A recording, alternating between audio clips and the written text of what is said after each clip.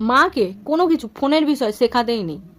মাকে কোনোদিন ফোনের বিষয়ে কোনো কিছু শেখাতে যাবে না। হোয়াটসঅ্যাপ থেকে ডিপি কিভাবে লাগাতে হয়, স্ট্যাটাস কিভাবে লাগাতে হয়, ইনস্টল কিভাবে করতে হয়, কোনো কিছু সমস্ত কিছু শিখিয়ে দেওয়ার পরে না, যে তুমি কিছু বলতে যাবে, তুই বেশি জানিস, আমি এটা করেছিলাম, যে আমি তুই বেশি জানিস, এটা আমি দেখেছি কালকেই, দেখ না ডিপিটা হয়ে গেছে, ডিপিটা হেঁটে গেছে, একটু ডিপিটা চেঞ্জ করে দে তো।